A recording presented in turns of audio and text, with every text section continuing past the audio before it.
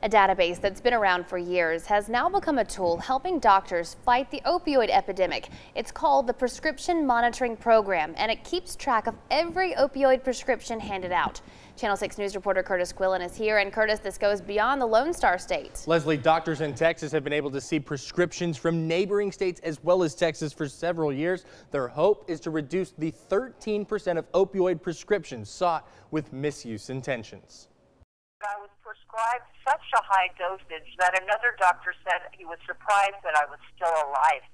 The president has declared it an emergency in the U.S. The opioid epidemic continues to get worse, with the number of deaths related to opioid overdoses rising exponentially. 2017 is expected to see about 65,000 deaths related to opioid overdoses. It really is alarming when you see someone spend the majority of their waking days seeking opioids from physicians.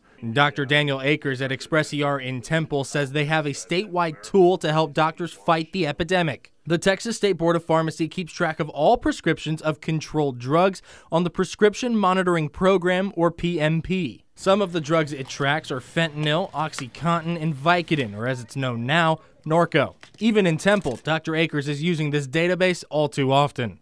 Almost every day. Every day I practice, I'll have a new patient come in who the story is not consistent with they're flat out requesting opioid pain medications, and we will look them up on the system, and sometimes I'll get a 40-page report back. The PMP has been around for years. However, Akers says in the past 2 years it's become an enormous help for doctors trying to reduce opioid abuse. Carly Pearson, who lives in Round Rock, recovered from an opioid addiction in 2013.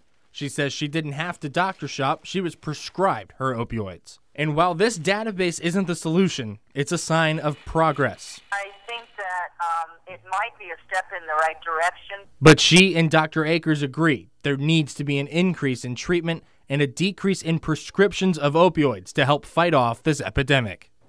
Dr. Akers says the database has been extremely helpful, but there's still a lot of ground to cover as doctors nationwide are 7 years into the fight against opioids. Leslie. All right, Kurtis, thanks so much.